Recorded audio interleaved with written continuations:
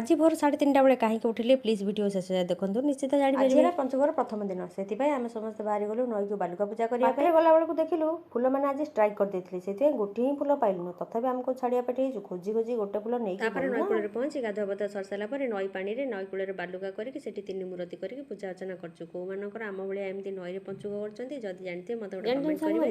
आमर से नई बाली रे गोटे मुआ करके घर कानती जोटा कि माँ बुदामती पाखे थोईकी सेटा को मुझे देखी गाँव में जो मैंने नईकी गाधे जाई पारंतिनी से मैंने गोटे बाली रे मुआ करके चौरार थोईकी पूजा करती तापर आम बाहर जाइलु आम गाँ दुर्गा देवी मंदिर पहुंची देखला बेलू माँ आलती चलता जहाँ हो आमर आज कि भाग्य आम माँ एमतिया आलती बेलर दर्शन पाइलु तापर माँ कतिरे भोगराग करदेकी गोटे नमस्कार करके घर को फेरी आसलु कहीं घर को आसले आमर पुणी चौरार मूर्ज पड़ो से प्राय 5:30 उपर